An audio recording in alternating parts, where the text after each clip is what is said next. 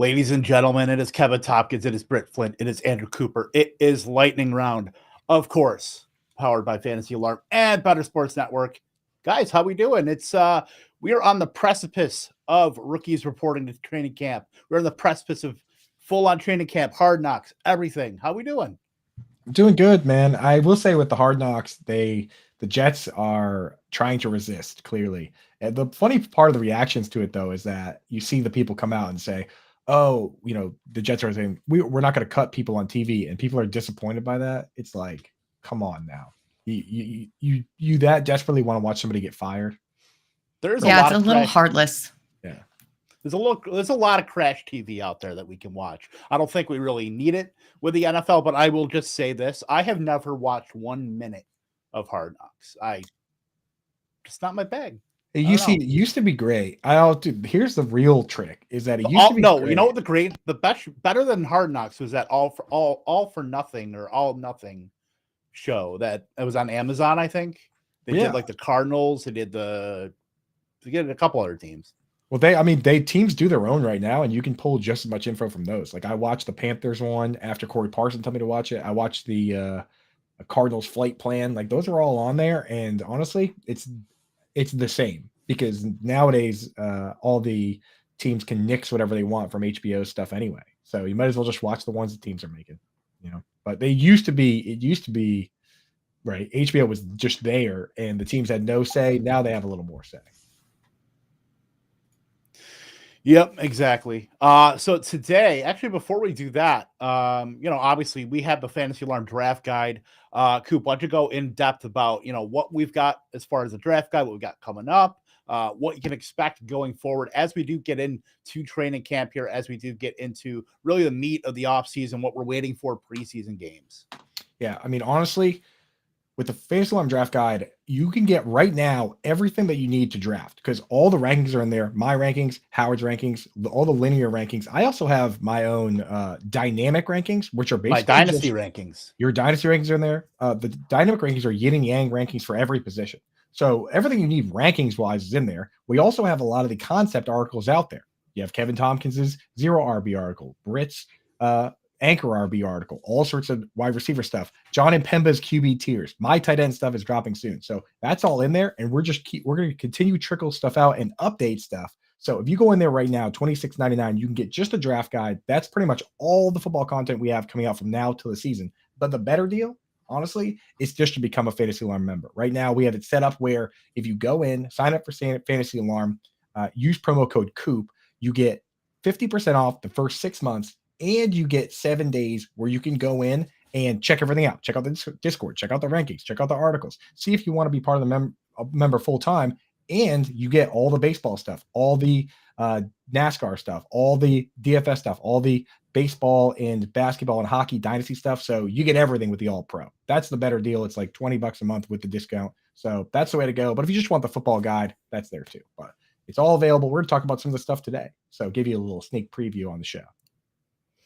Yep, absolutely. We're going to be talking about running backs today. Last week, we did talk about quarterbacks with the great Marcus Grant, so check that out if you have not. We will be going through positionally next week, wide receivers. We got a great guest, Pat Curran, the $2 million man himself, coming on to talk about wide receivers next week. So we're going to be very excited about that. And then 2 weeks from now, tight ends. I'm sure we'll have a great guest. Have not lined that up yet, but we will.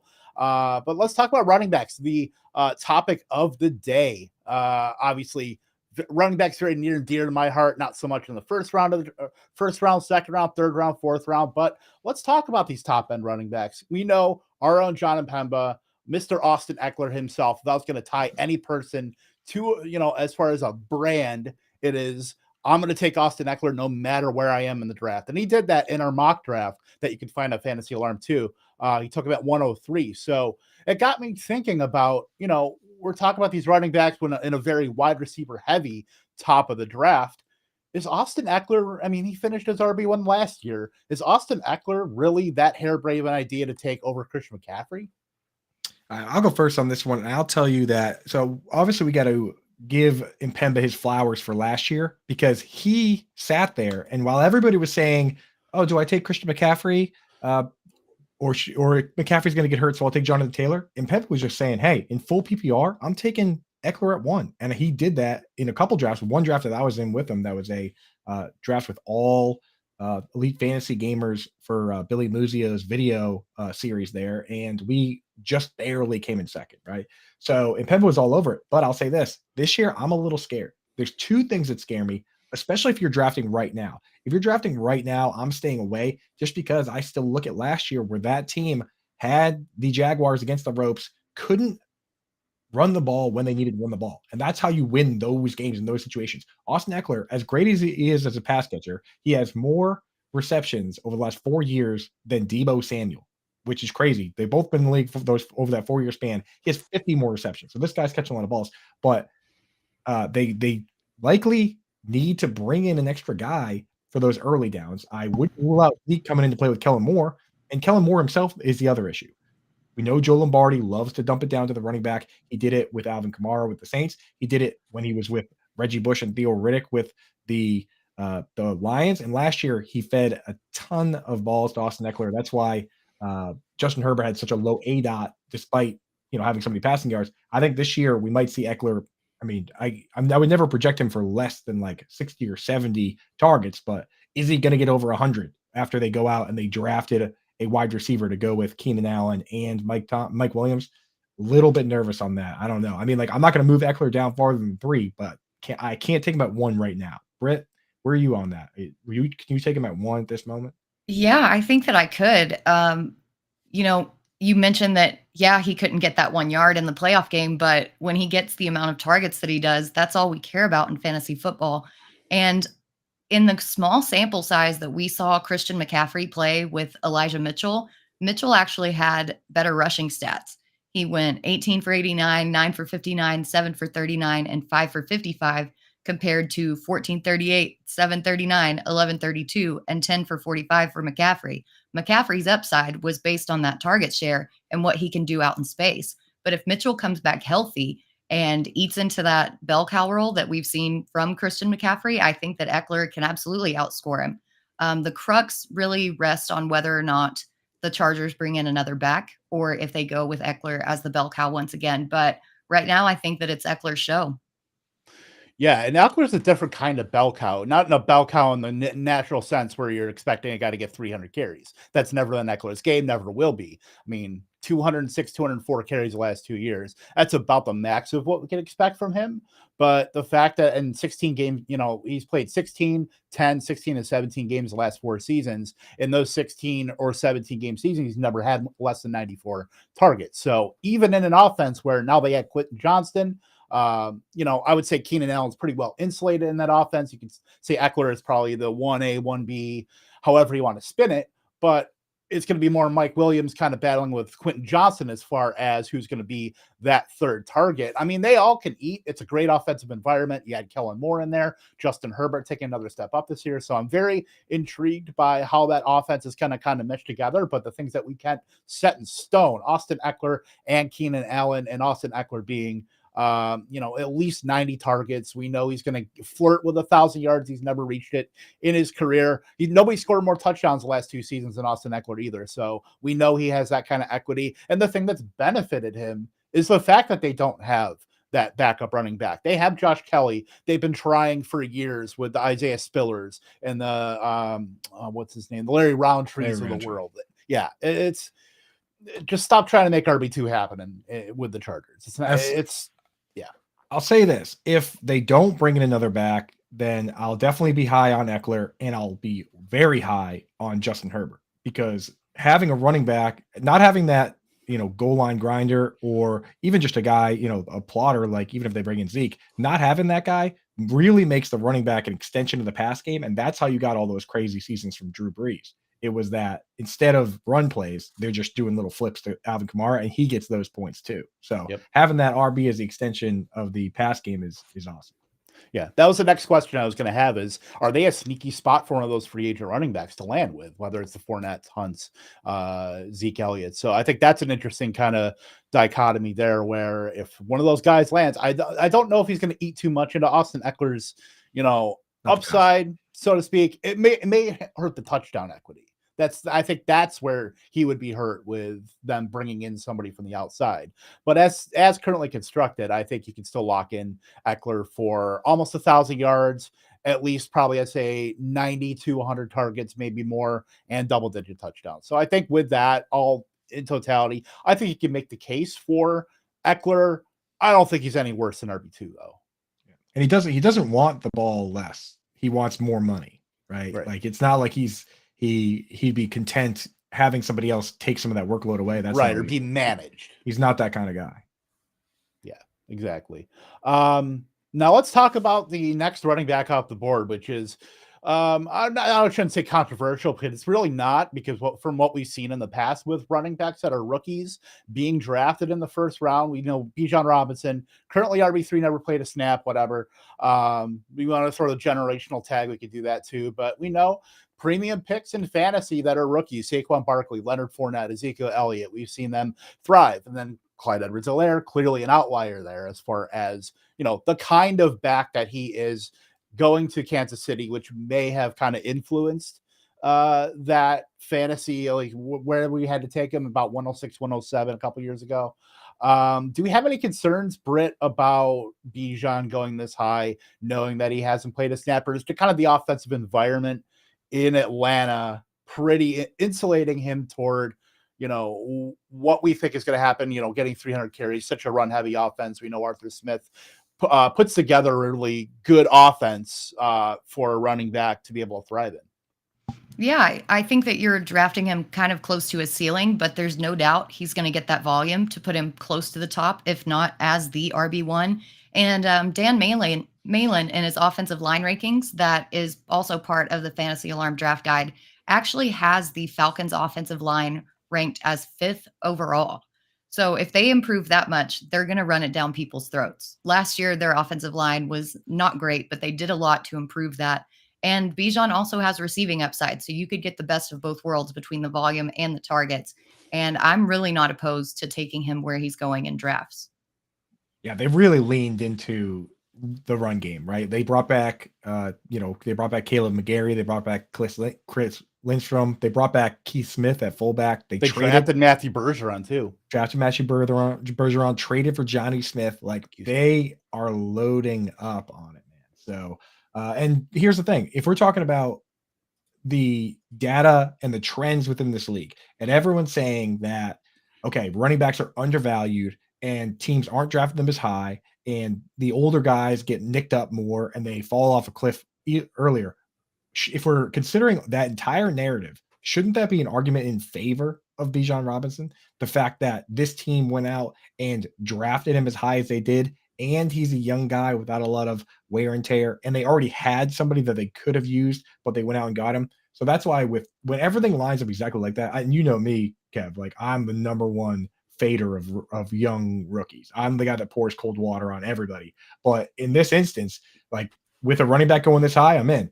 With a tight end like Dalton Kincaid going to the situation he's in, I'm in. Normally, I'm out on all those type players. But this year, when conditions are perfect, I'm way in. So in this case, I'm willing to take Bijan. Again, it's CMC and Eckler 1 and 2, but I'm willing to take him at 3. And on most sites, that's the case. The one site in our composite ADP, you can find that over on Fantasy Alarm, available to our members. The one site where Bijan isn't going 3 is, of course, Yahoo, where the more casual gamers are playing. On FFPC and NFPC, all where like the expert gamers play, it's Bijan at 3, but Yahoo, they can't get rid of the pass. So Jonathan Taylor is the 3rd pick over there. Yeah, so Coop, you're trying to tell me that you're now into young, sexy running backs and players. You mean like information has changed? Just information, man. New shit has come to light. It's come to light, man. I tell you, like, if conditions are just right, then I'm in. But a lot of times, I'm out. In this particular case, I'm out. Like Quentin Johnston, where he is on that target pecking order, it's really hard to make arguments for a guy like that. He has to be special, or a bunch of guys need to get hurt. But Bijan, man, they gave him the keys to the car immediately when they drafted him where they did. So I'm in. Any concern about what Dustin brings up in the chat? Dustin here saying that someone needs to explain why everyone thinks Bijan's receiving upside. He didn't really do that in college. It's because of the reports coming out of rookie minicamp and the OTAs. They were apparently using him everywhere. Everybody was talking about how good he was as a receiver. And if that's happening before training camp even starts, then we know that he's got receiving upside. We don't have to see it. It's already happening. Yeah, like I'm fine with Bijan. I'm fine getting in on the ground floor with him, even at this price, because the ceiling is clearly 101 next year in 2024 for him, as long as he does what he thinks he's going to do. We know the Falcons are going to run the ball into the Paleozoic age, so I don't think we have any worries there. And if Desmond Ridder can just find some efficiency with these wide receivers, with the Kyle Pitts, Drake London, it's only going to help that run game even further. So, I mean, a lot of it really hinges on Desmond Ridder, because if you're not respected as a quarterback as far as being able to drop back, I mean, Bijan Robinson's going to see 8 in the box all the time, and he like Derrick Henry, who saw a very high 8 in the box, rate. He's had one of the higher rates the past few years. Bijan Robinson is a good enough runner where he can kind of still circumvent that and get his. So I think it's interesting, but I think Desmond Ridder being at least moderately competent is going to help the run game just in totality. I mean, I talk about it all the time where I think Arthur Smith is kind of a donk, but the one thing that you have to give him his flowers, that's going to be our phrase of the day, is the fact that he can put together a competent run game. Yeah, and Britt said she just lost sound. I'll also add this, Dustin, that people said the same thing about Jonathan Taylor, that he didn't really catch much and he wasn't going to catch much, and they had Nyheim Hines. And Nyheim Hines in those first couple seasons, I mean, Nyheim Hines came out, had 57 targets in the year when Jonathan Taylor was the RB1 overall in fantasy football.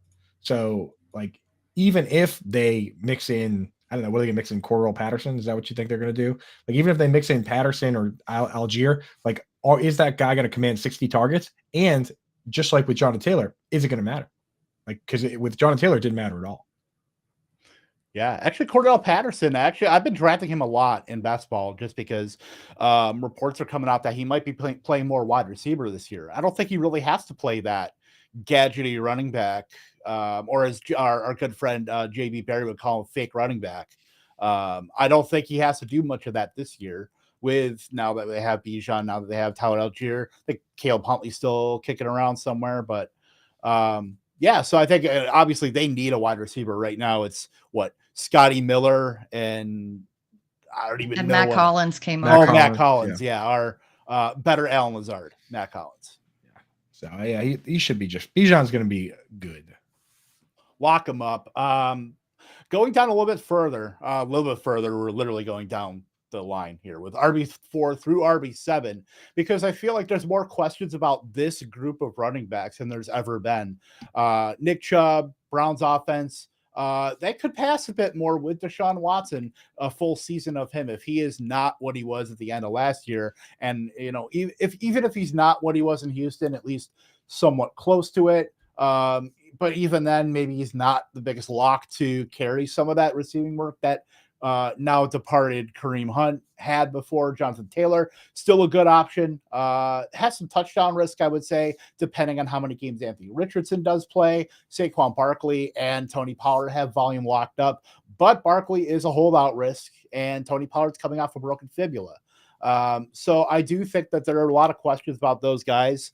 I don't know. What do you think about just those situations and having to draft them at the end of the first round?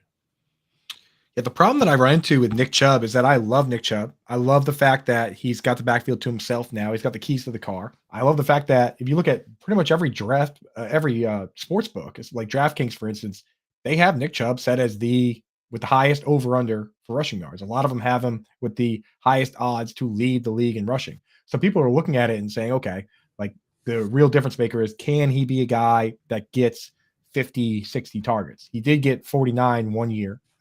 And that was with Kareem Hunt, the year that Kareem Hunt missed the first 8 games and came on. But so I think it's entirely possible. The problem that I run into is it always seems like there's somebody else that loves Nick Chubb and takes him in the first round. He's been rising a lot. He's been moving, yeah. So maybe that's because we always draft with Fantasy Alarm members, and Howard Bender always steams up Chubb. There's always The one- normies are coming back, and they're like, Nick Chubb, no Kareem Hunt, hell yeah. So, I mean, it's honestly sometimes this game doesn't have to be hard, right? By the way, fantasy don't clip football- that. By the way, don't take me out of context.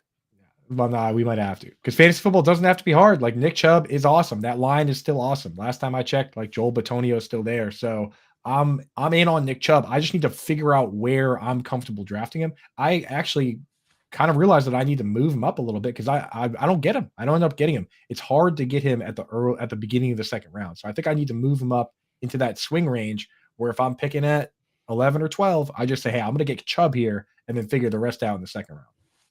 Yeah, I absolutely love Chubb. I always have. I think that he is the best pure runner in the league, even over Derrick Henry. And last season, he got over 1,500 rushing yards and only played 57.7% of the snaps. I mean, even if this offense is more pass happy, there's no Kareem Hunt. He's going to get a little bit of that work. He's going to eat. And honestly, I think that this could be one of the best seasons of his entire career. Browns could be good. Look, here's the thing, because me and Nick Chubb have been kind of, I don't want to say oil and water, but maybe some like vinaigrette and water. Don't quite mix, but I found myself in spots where I would take Nick Chubb. Just it's really about price, especially in best ball, where I like Nick Chubb, but I like running backs later just as much as Nick Chubb. So why would I take the top guy when I can let the next guy that I like just as much? And Well, and then Because he's a league winner. and then you don't get any of them, which is what you wanted all along. Brett. We're not playing this game Nick today. Chubb has brought you a lot of engagement, at least, Kev, right? He has. He also got like a 5-minute Bender soliloquy on Sirius too. That was fun. Right. Yeah. Now So- Nick Chubb he's been the quintessential really good football player, but not super high end fantasy player. And I think this year it might be possible for him to be both. That's all. I think so. No, I think that's definitely in his range of outcomes. I have never not said that Nick Chubb might be the best pure runner in the NFL. Like I think that's So No doubt about it. I know you like guys later based on ADP, but let's say Nick Chubb does fall, right? And this is a half PPR league hypothetically, because underdogs half PPR, right? There's Right. a lot of half PPR leagues. So let's say this is a half PPR league and you're staring at the end of the second round. Actually, you know what, Kev? Let's get crazy. It's the beginning of the third round. You already have 2 wide receivers and you're sitting there and it's Chubb or Tony Pollard. Who do you like? I like Pollard, but I think I would probably take Chubb. Honestly, I think he would be way too big of a faller to be able to not get him there. Chubb or Ramondre Stevenson? I've been falling out of favor a little bit with Ramondre. I would go Chubb. Chubb or Josh Jacobs? Chubb.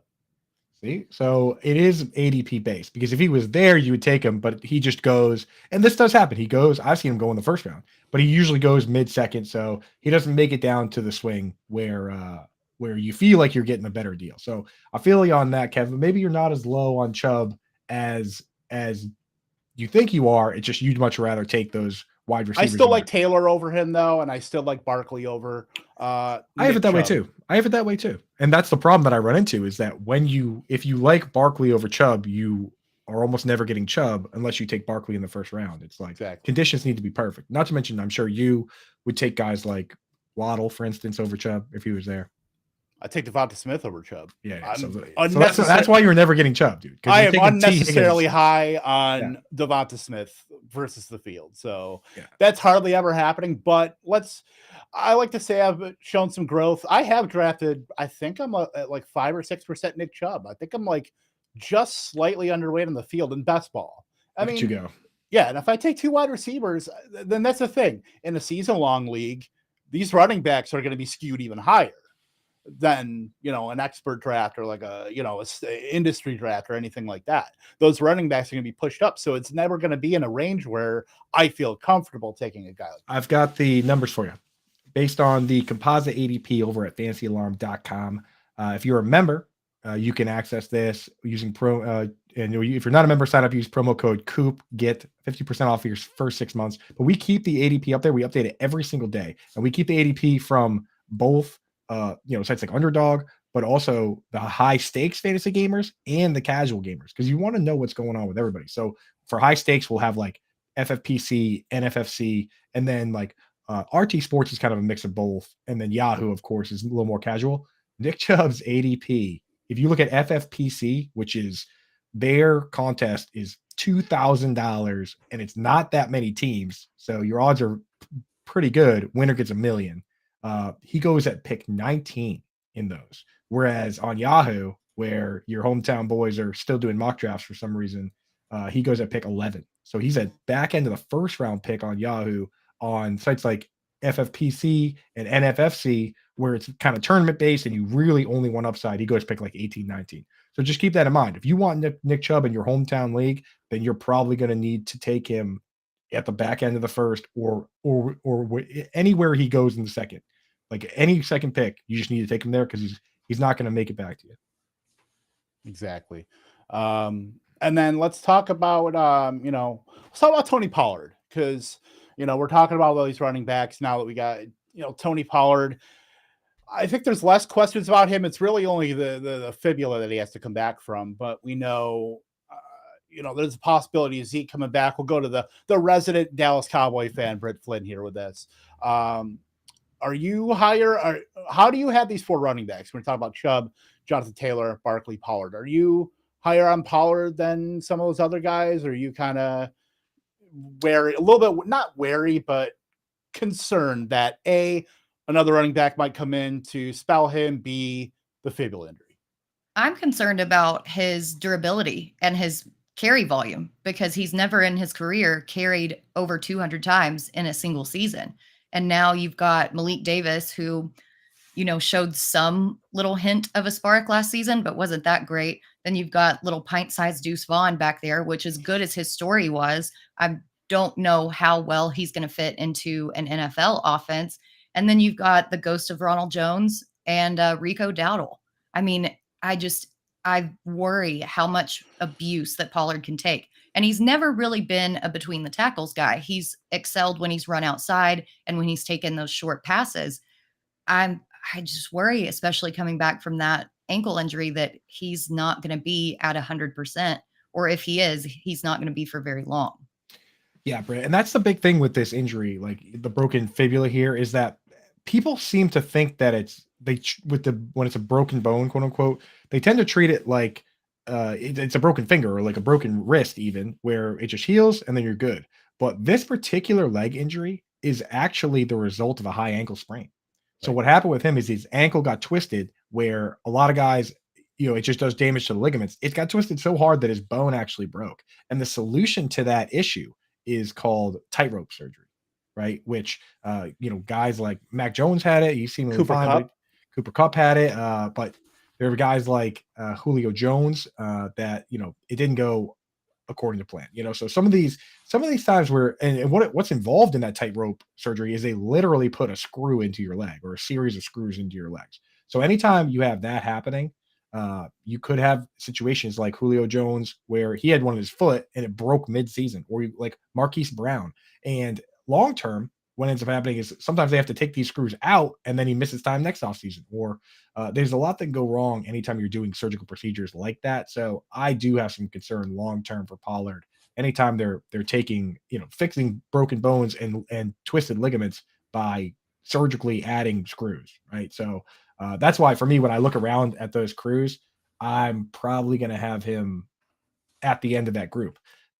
That said, we have to see how it all shakes out, because you look at Ramondre, what if Dalvin shows up, right? You look at Josh Jacobs, what if he's serious about holding out? So there's a lot that can go wrong in that range, and it's why I have Chubb in a different tier, because I'm not even sure what could really happen to Chubb. I don't think Kareem Hunt's coming back. I'm not really too worried about Jerome Ford. So Chubb for me is just he's on another level than that group. Yeah. Speaking of Jerome Ford, Jack in the chat asking, what kind of percentage do you see Ford getting in that backfield? Like, I think the best case scenario for Chubb is he's getting 65-70% of the snaps, and then Ford is going to kind of fill in. But I think Chubb has a pretty much a stranglehold on 3-down work there. But who knows? I mean, we don't know. He might want to get.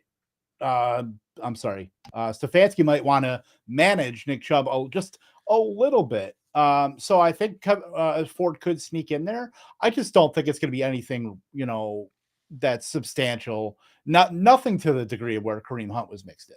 Let's get that straight. I think Jerome Ford is purely a contingent play should something happen to Nick Chubb. I actually did a late round running back targets where all of those running backs in that kind of from like RB20 to RB65 all the way down to Clyde Edwards-Helaire did a write up on all those guys and how to kind of play them with other running backs with archetypes. So go check that out on Fantasy Alarm in the draft guide as well. I did do a write up on Jerome Ford as well. Brett, do you concur? Because I know you've been kind of leading the charge on Jerome. Driving that train. Yeah, I'm with Kevin. I think a 35 to 30% snap share is probably what we're going to see. But I definitely liked him more in best ball because of those spike weeks and that goal line work that he can possibly get. In redraft, like Kevin said, I think he is just more of a handcuff contingency situation. Bingo, for sure. And now really we talked about it a little bit, but that's part of the 2-3 turn. In most drafts, we've got that glut of the Ramondre Stevenson, Derrick Henry. The glut. Yeah, just a big, just kind of mishmash of silly putty that is Ramondre Stevenson, Derrick Henry, Josh Jacobs, Breece Hall. I know a lot of these guys have their warts as well. Jacobs might hold out. Derrick Henry now, has DeAndre Hopkins next to him. So that could, at least maybe build up some more efficiency. I got to say, I think I'm taking Derrick Henry out of all these guys. Age be damned. I think the dude's just a dog.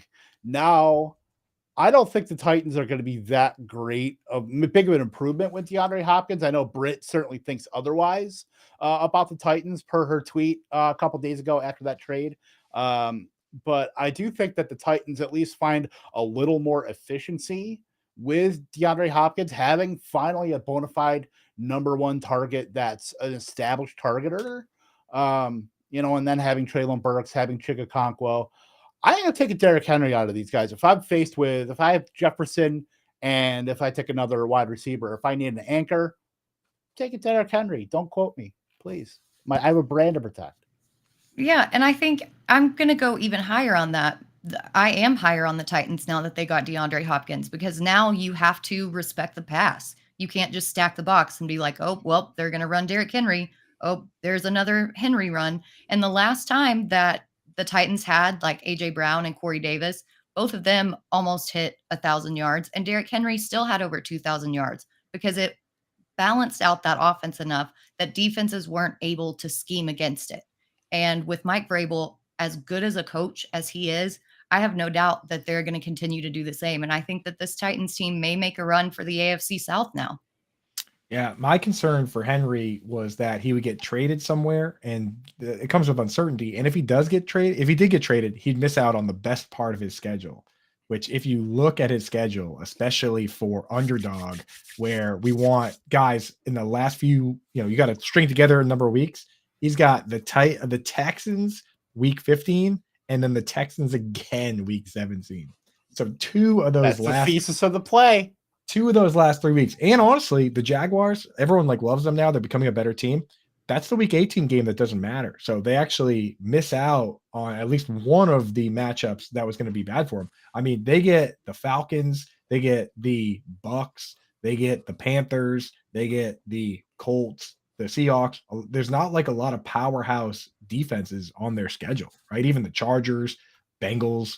There really isn't, when you think about the top teams on defense, Eagles, 49ers, they don't play any of those teams. So their schedule isn't actually that bad. And now that we know that after they signed DeAndre Hopkins, they're playing to win, that we don't have to worry about him getting traded off that squad. So Derrick Henry feels pretty safe to me now. Yeah, that's the trickle-down effect, because now with DeAndre Hopkins, we know that unless something catastrophic happens to Ryan Tannehill, Will Levis ain't getting on that field.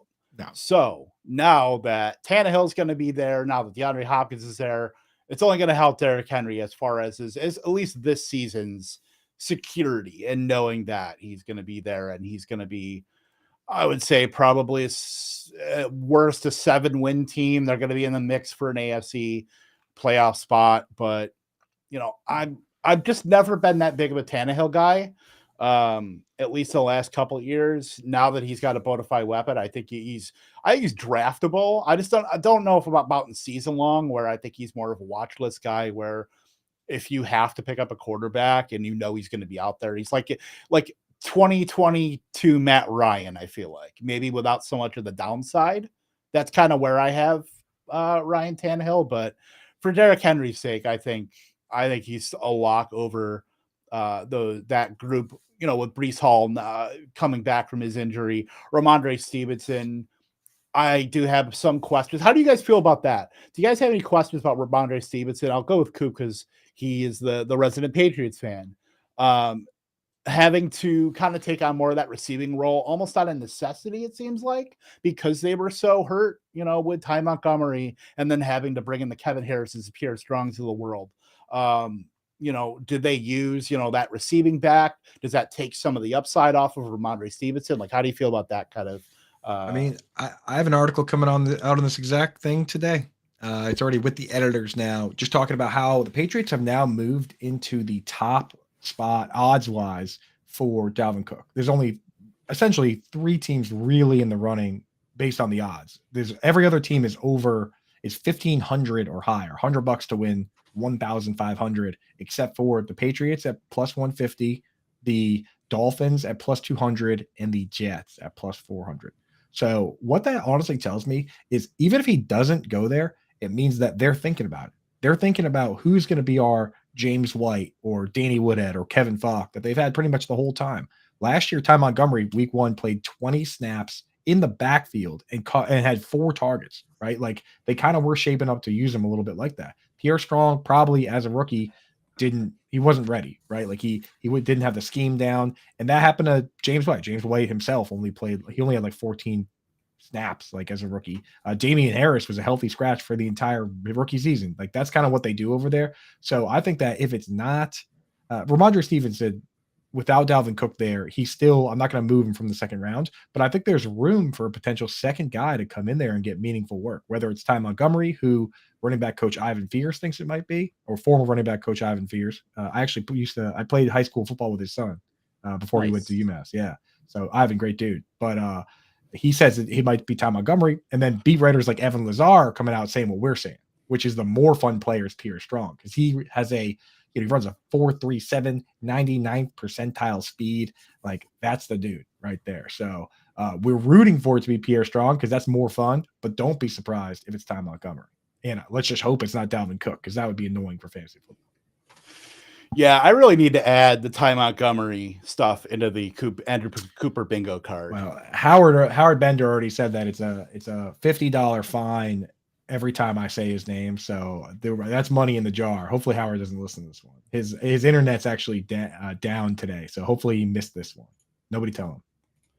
Look, Dustin, as one of 2 people last year who drafted Ty Montgomery in Scott Fishbowl, I will not allow Ty Montgomery slander on these airwaves. As also a former Green Bay Packer who had 10 receptions in a Thursday night football game where they wore all white against the Bears. Thanks. Yes, he was. I mean, at one point it was Ty Montgomery. He was good that one year. 2016, I believe. Yeah. Because he was a wide receiver, and they were like, "You just play running back now." And he was like, "All right." Yeah, they were. Oh my god, literally everybody got hurt. Everybody got hurt, and they were like, "All right, you're running back now." It was so funny that year to watch him because I believe he's been number 88 or some. I think it's 88. Yeah, and just watching a running this 6'3" running back line up number 88 and just kind of take the ball and scoot around with it. But he was pretty effective. He could get through there. Yeah, I think it was like Andy Benoit from Sports Illustrated who said running backs who wear wide receiver numbers are a disadvantage or something like that, and it should be abolished. I don't know if you remember that. That's true. It just doesn't look right. It doesn't. But now that we've got every running back wearing 1 or 4, like Dalvin Cook, or and people are wearing zeros. It's all out of whack now. Back in my day, our tight ends were 89. Kyle Pitts wearing 8. I mean, it looks nice, but it ain't right. It really is. Let's go to someone maybe I haven't been so high on, but the rest of this podcast has been. Joe Mixon. Joe Mixon now, his ADP really hasn't spiked like I thought it would be. I think we'll see that correction more in season long drafts now that we know he's going to be there. There is a little bit of suspension risk still with Joe Mixon, but still, knowing that he's in an efficient offense, what's behind him besides Chase Brown and Travion Williams? I think if he sticks around and drafts a little bit more in best ball, I will draft him no problem. I just don't know about season-long drafts where he might go a little bit higher if he goes into like the middle of the third round. I think I'm still maybe hesitant because you're still maybe in the back end of that last year we were talking about with the Josh Jacobs possibly holding out Ramondre Stevenson, Breece Hall. But Joe Mixon, as far as the actual profile and the offense he plays on, there are certainly worse picks. We know he wasn't that efficient last year and had that huge 50-point game in the middle of the season. But I'm fine with Joe Mixon this year. What do you guys think? I still don't really like him. I just don't like that 3.9 yards per carry. And I know that he's probably going to get more opportunity with the absence of Samaje Perine, but just that inefficiency and the fact that they were talking about cutting him early on in the season and then the suspension risk and things like that. I think that there's better players to take in that range, and especially wide receivers. Like, just draft an anchor running back and then take your wide receivers where you're getting Joe Mixon. There's a lot less risk there. And if you remove that 55-point game, he wasn't all that great. Can't remove that. It is in the record books. You can't remove those points, can't remove those touchdowns. That's one thing I will not do. I will say that I'm not drafting him at, like, obviously with the 55-point game, at points per game, he was RB6, which, that was a little higher than where he was the year before last at RB7, which he didn't have 55-point game in that year. So I don't know how that was possible, right? Because everything was the one game. This guy, for me, I just look at what the team wants to do. They want everybody to buy in. They want everyone to take a discount. Joe Burrow says he will. T. Higgins says he will. Jamar Chase already said that Joe Burrow will, which means if he is saying Joe Burrow is going to take a discount, then Chase, of course, you got to imagine he will. And they want Mixon to. And then he did. And now he's going to be there. He wants to be there the next 2 years.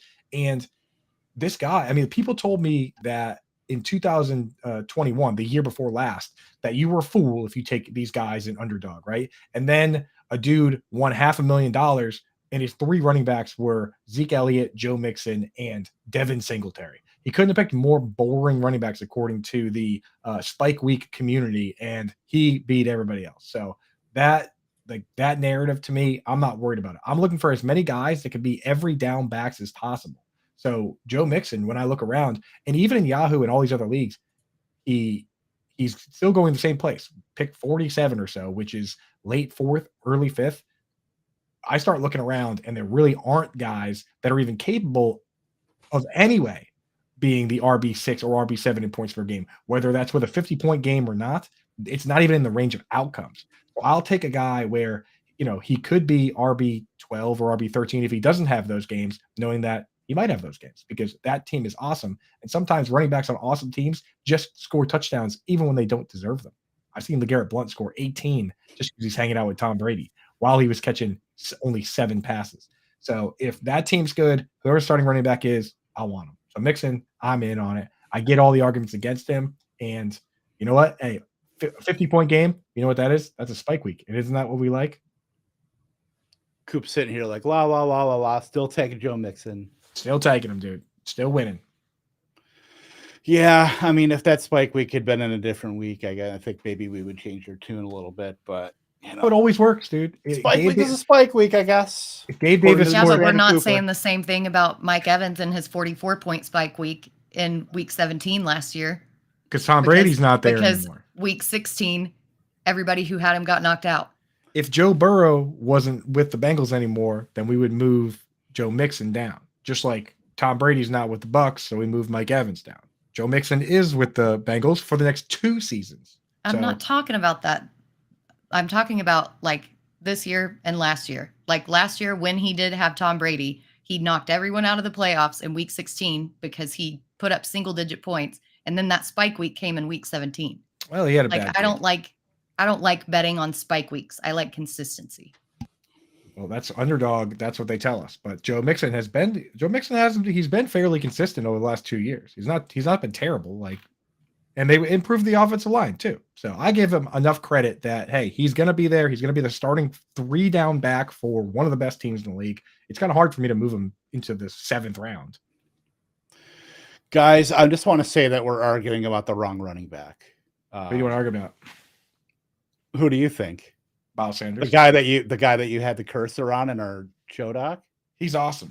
I'm not in the show doc. I've never read a show doc in my life. Hold on, I'm seeing if this icon is you right now. It is now. Now I am. I mean, you don't have a crown on your head, but I should have crowned mine in there. Yeah, I'm on there right now. There it is. Let's talk about Miles Sanders. Brett, how do you feel about Miles Sanders? I think he's going to be great, and I think that he's going to be great. I think that they are going to utilize him as a pass catcher as well as an every down running back. I think that with a rookie quarterback, your best friend is a good running back to kind of balance everything out. I think that they've improved that offensive line, especially with run blockers. Ike Ekwonu was one of the best run blockers in that entire draft class last year, and now he has another year under his belt. The only reason that Miles Sanders gets crapped on is because he didn't score any touchdowns the week or the year before. And then last year, he was just in a rotational committee because of the system that he was in. Now that the system's changed, I think that he's going to be awesome. I'm there with you. Like we said a million times on the show that he played with a team that doesn't throw to the running back. Not to mention Nick Sirianni, especially, didn't even call the plays, right? Doug Peterson, 2019, called 39 screens to just Miles Sanders and Boston Scott. Last year, Miles Sanders and Boston Scott combined for more snaps than they did in that season, and they combined for 6. He just wasn't even calling the play. Like they weren't even calling the numbers, right? So with a new and you look at Frank Reich when he was with the Colts, he called 40 screens to just Nyheim Hines and Jonathan Taylor. So that's what I look at. I look at, is this guy going to get the high leverage situations? If it's a if it's a pass interference in the end zone, they bingo card that. Is he going to get that goal line touch? Yes, he will. If it's a 3rd down, are they going to pass it to him? Well, Scott Fitterer came out on video and said, hey, we like that time that you had 50 catches. Let's do that again, right? So I look at a guy like Joe Mixon, who was on pace for 90 targets last year, and I'm in. I look at a guy like Miles Sanders, who the coach says, hey, we like it. We like the way you catch the football. That's why we brought you in, to catch the football. Sign me up for that. I don't care that, he had 5 yards of carry because of his RPO and all that stuff. He could go down to 3 yards of carry. Don't care, as long as he's getting the targets and scoring the touchdowns. I'm not worried about his yards per carry. Just like Austin, I don't worry about Austin Eckler's rushing yards. He's never had 1,000 rushing yards, and he's always been awesome. I just want Miles Sanders to get the passes that the GM and the coach and him sat at a table and said that he's going to get.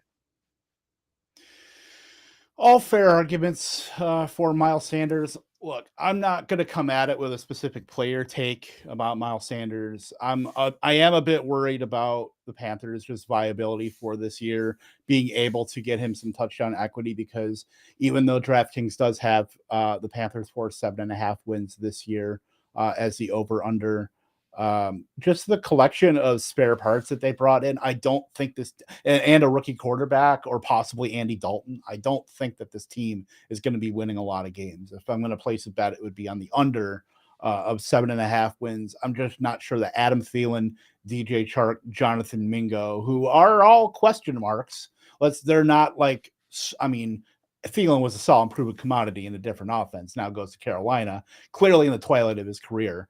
Hayden Hurst, now add Miles Sanders to that, who I think is probably the best skill position player of that group, I will admit. Where he's going in drafts, I just don't think it's a good time to be taking the running back when you have those wide receivers there.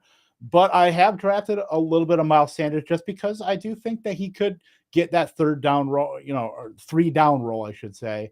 And I'm taking Chuba Hubbard as a bit of a contingency, but Raheem Blackshear has actually done some stuff in camp too. I think that makes that more ambiguous, which that could actually benefit Miles Sanders. So, Raheem Blackshear. I think you make a good argument for betting the under on the Panthers over under if that's how you feel about the team.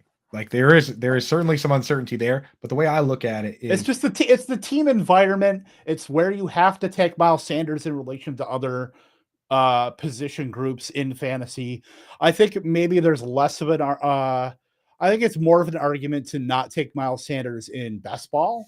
I think in season long, where you have to start him knowing that he could get, certainly a lot of carries. I think he's more valuable in season long. So here's the thing. As Britt pointed out, she's pointed out a couple times on this show and the morning show, like Josh Jacobs came out of the RB dead zone, even on a bad team. He could be Josh Jacobs. He could be Josh Jacobs. Well, I'm saying that last year I was fading Josh Jacobs because we all thought they were going to split the backfield, right? Like you think that it could be split with Chuba Hubbard and Raheem Blackshear. But if it came out on video last year that the coaches went to Josh Jacobs and said, hey, we want you to have 50 catches, then I would have moved Josh Jacobs up because we were trying to guess what they were going to do. And if you guessed they were going to use Jacobs as the guy that they paid him to be, a lot of money, then to be the every down back, then you would have guessed right? They just went out, paid Miles Sanders, made him the highest paid free agent running back. They said on video they're going to get him the ball. Like for me, that's enough for me to say, okay, how many guys left can be 3 down backs? After that, there's a couple guys I still like James Conner or Rashad White.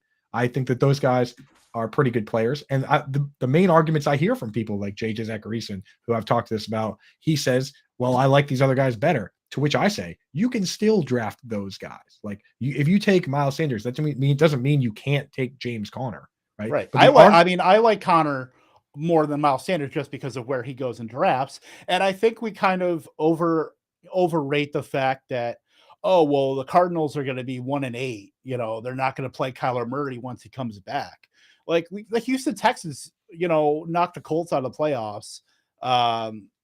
Teams Lovie Smith didn't have to win that last game, but he did. NFL teams, new coaching staff, Jonathan Gannon, they're going to want to win football games if they can win football games. So that's with that. I mean, they did that last year.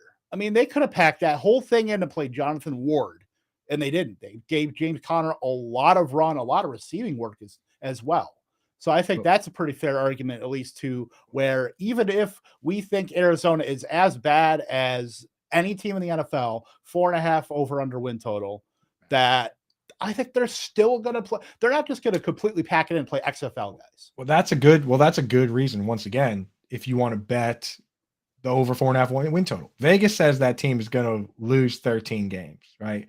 But if you think that Kyler Murray comes back and valiantly tries to fight to save his job from Caleb Williams, then bet on that, right? Right, exactly. But it's easier to bet. The thing is, we've seen in recent years, especially, like you pointed out, that Damian Harris was good on the Texans, that James Conner could be good on a bad Cardinals team. Why can't Miles Sanders be good on a bad Panthers team? So, and they're not even supposed to be bad. They're supposed to be middle of the pack, according to what Vegas is saying. So there's good arguments to make those bets. But at the same time, all I'm looking for in that range is the highest upside possible. And I think Miles Sanders, given the situation, is one of the few guys that does present that. That's why I'm taking. And I'll take the other guys too. And that's why I kind of like doing the old hero RB this year. There's good people on both sides. That's right. Well, that's what makes this fun, is that we don't know what's going to happen. I mean, in my Scott Fishbowl draft, my running backs are Miles Sanders and James Conner. And then after that, I just took like pass catching backs, Jerick McKinnon and Devin Singletary. So I'm willing to play that game. I'm not scared.